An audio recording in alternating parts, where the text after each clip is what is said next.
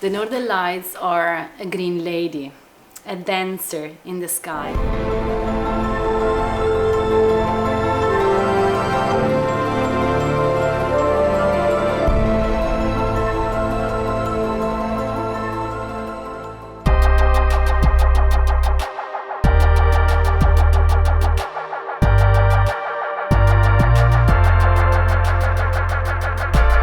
The main reason we have northern lights is the sun. The northern lights are basically an interaction between sun and earth. Northern lights are the results of the sun sending out charged particles through space towards Earth. Somebody say it's a fox, a fire fox, running around in the sky. Small particles that are electrically charged and they have a lot of energy. And as they travel through space, some of it comes towards Earth. If the Earth is a globe, so it reaches the Earth near the equator, they start interacting with gases in the upper layers of our atmosphere.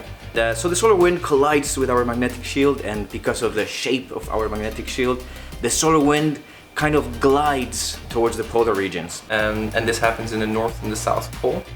And then when it comes closer to the poles, then it can come towards our surface as well, yeah, hit the lower layers of the atmosphere. In the polar regions, the solar wind can actually penetrate our atmosphere and kind of start raining down on us. And when those charged particles hit gases in our atmosphere, those gases interfere with these charged particles from the sun. These gases, when they receive the energy from the sun, they get excited. Oxygen, nitrogen, and nitrogen, once it's bumped into, it takes all that energy carried from the sun. The interaction between a solar particle and an atom in this gas will create light.